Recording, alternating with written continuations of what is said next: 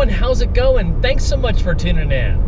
For today's video, we are cruising around in the 2016 Jeep Renegade Sport. Basically, the entry model has the 1.4-liter turbocharged 4-cylinder and 6-speed manual transmission.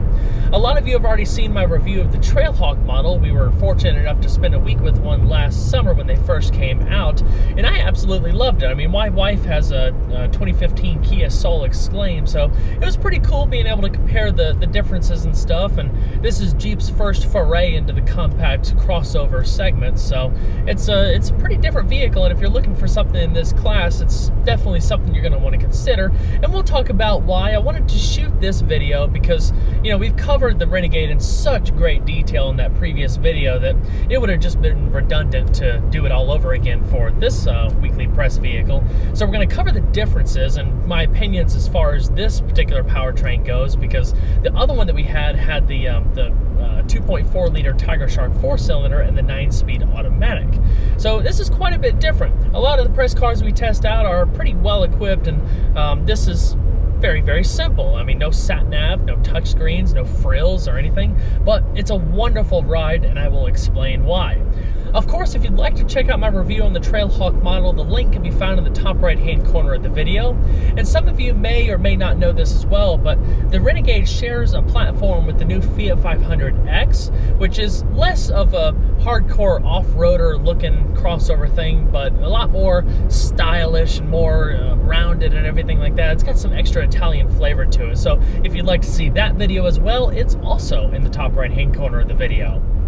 So what's pretty cool about the Renegade is that every trim level can be had in either front-wheel drive or four-wheel drive, which is not something you could typically say about a compact crossover, which gives you a lot of extra, off-roading capability and all-weather snowy capability if you live in northern climates. And especially with the Trailhawk model, I mean, that has an increased ride height, skid plates, different tires. I mean, it is perfectly set up to go off-roading versus just having four-wheel drive. So that's really cool and very unique for the segment. The other thing is this 1.4-liter turbocharged 4-cylinder. You can only get it with this 6-speed manual, and you can only get it in the Sport and the Latitude, which are the two entry-level models. If you want an automatic transmission, your only choice is stepping up to the 2.4-liter naturally aspirated motor. That engine it comes exclusively in the Limited and the Trailhawk, but remains an option for the Sport and the Latitude. So you can get a base model with the 2.4 if you so choose, but you can't get a Trailhawk with the manual and the turbo motor. So it's a little bit staggered. I find that really interesting because I love this powertrain combo. This is my first time driving it, and I've kind of forgot about it until it showed up in the driveway a few days ago. But this is wonderful. It makes 160 horsepower and 184 pound-feet of torque compared to the 2.4-liter motor. That's like 20 horsepower less, but it makes more torque. The 2.4 makes 175 pound-feet of torque. The other thing too is with the turbo motor, the torque, like your peak torque, is available a whole lot sooner in the RPM range than it is with the 2.4-liter, which I think peaks around 3,900 RPM. This one, peak torque, is available as low as 2,000 RPM. So if you're wanting to go off-roading, this might be a better option just because you have that extra grunt in the lower RPMs, and you don't have to, rev it quite as high and stuff to like get it up and going. As far as acceleration and stuff, I don't see that much difference either, because I mean, neither powertrains are race cars by any means. They're very smooth, they do their job well, but the difference in performance, especially with hard acceleration and all that, is not enough that I would pick one powertrain over the other. If this option was available in the Trailhawk, I think that would be the best combination that you could possibly get in a Renegade. I mean, for one, turbocharged engines are always neat in the fact that you can hear the whistling and sounds and everything, but it's not too loud. I mean, even if you wind it out, interior noise is kept at bay pretty well. The 6-speed is very slick. It's not a sports car transmission. It's got kind of long throws and stuff, but it's got this really cool ball shifter right here. The clutch is nice and light. It's easy to feather. The pedal placement is nice and close, so it's just an absolute cherry of a setup. So I always do sound shots in my videos, you know, get some revs at the back, in the interior, and in the engine bay. So let's go ahead and pull over right quick and check it out.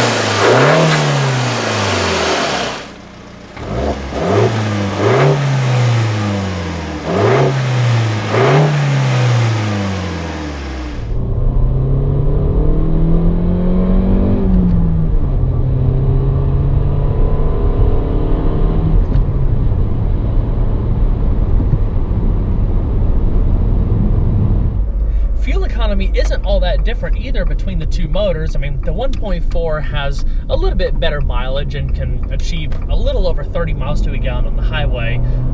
Your averages are probably going to be like high 20s or something. But if you don't need all the fancy frills and stuff, unless you were going for the off-road Trailhawk and stuff, a Sport or Latitude model would be more than sufficient. I actually like that this doesn't have a ton of creature comforts in it because, you know, it gets boring after a while. And, you know, there's so much technology and stuff that's out nowadays. It's nice to drive something that's a bit simple, that doesn't break the bank. I mean, the base model Sport front-wheel drive starts out at just under, like, $18,000 or so. And if you want four-wheel drive, it adds another $2,000. So you can get a four-wheel drive base model with the stick for $20,000. And that seems great for in the new car market. This one, the only option that I noticed that it looks like it has the upgraded wheels, but I mean, this doesn't have a touchscreen, it doesn't have satellite radio, just basic radio, but you do have iPod connectivity. That's nice. You have a little multi-information display in the middle, and you have all of the cool little quirks and stuff that makes the Renegade such a unique vehicle. I mean, I said it was unique just as far as the four-wheel drive capabilities, but this is a very funky and fun vehicle to look at and drive. I'm a huge fan of the Kia Soul. I think it's one of the best offerings in the segment, and that's why my wife and I bought one back in 2015. Well, this one, I don't know, it's weird. If we were comparing base models, I would take the Renegade hands down. It's fun to drive, it handles good, it rides pretty good. I mean, this thing is great. But if I was comparing loaded trim levels, I would probably look into the Kia Soul again, just because you get more bang for your buck. I mean, cooled seats and all the Napa leather and really fancy bits.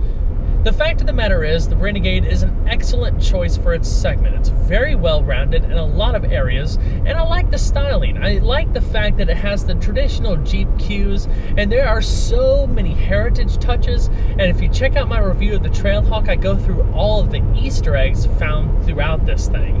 I mean, there's little Jeep insignias everywhere. There's a little Jeep ascending the edge of the windshield right here. There's a Sasquatch on the rear window, a little spider logo that's saying "Chow Baby" in the gas cap. I mean, it's fun.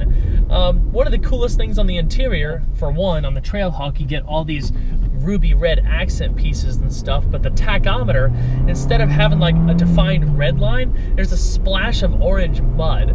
Call it the mud line. We're gonna hit mud line now. But it's wonderful. Every time I get in this vehicle and I drive it, I smile. So I would highly recommend this to anybody looking for something just a little bit different.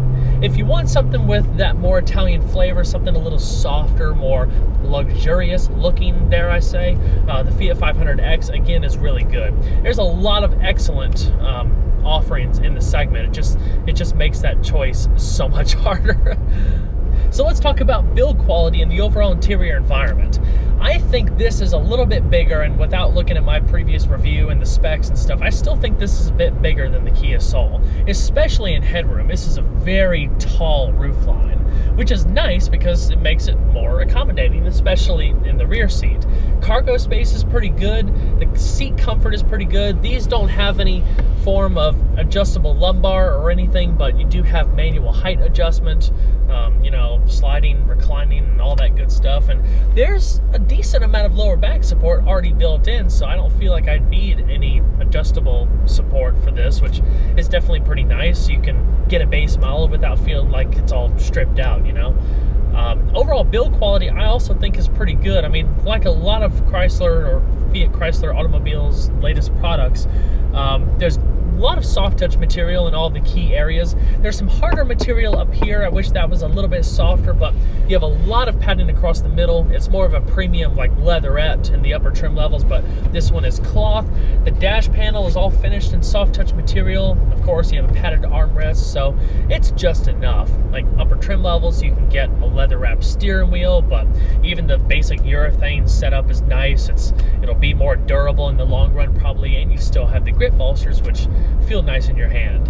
Ergonomics are also really good. This one has just the standard auxiliary or like the rotary dial climate controls. Electronic climate control is available, but everything is within easy reach. I don't have to stretch to reach the radio. I don't have to stretch to reach the climate controls. I mean, it's a very, very functional vehicle. We've already touched on some features that you would typically see in the base models, but I can go ahead and tell you now, this one just is standard, bare bones on the inside.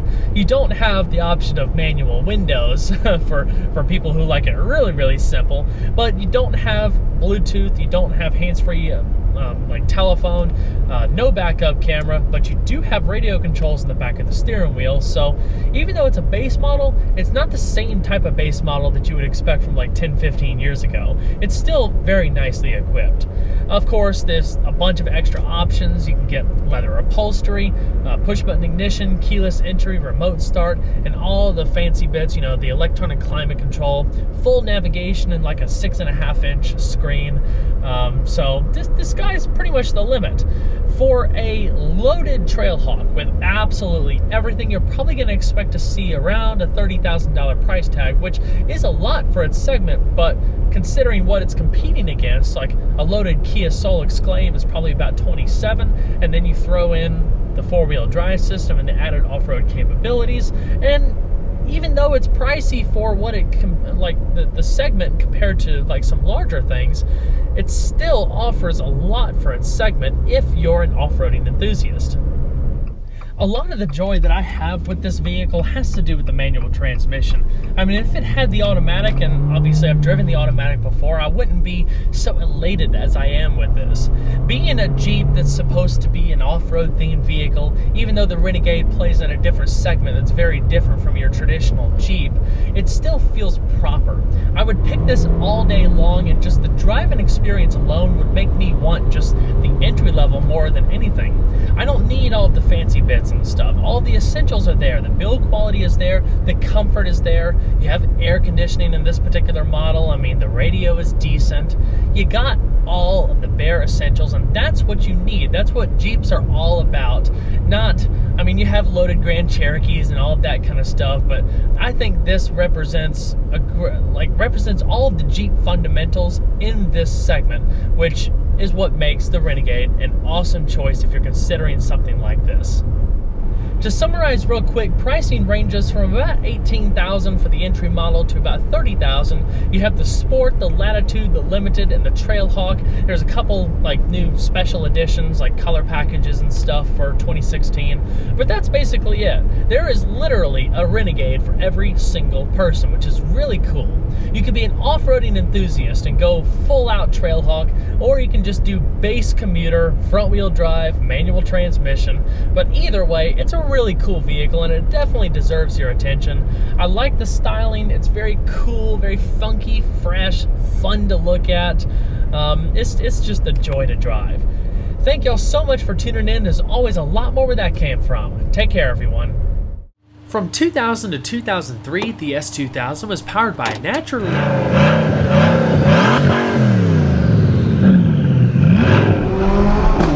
Wow! Oh, yeah! Wow! That was awesome!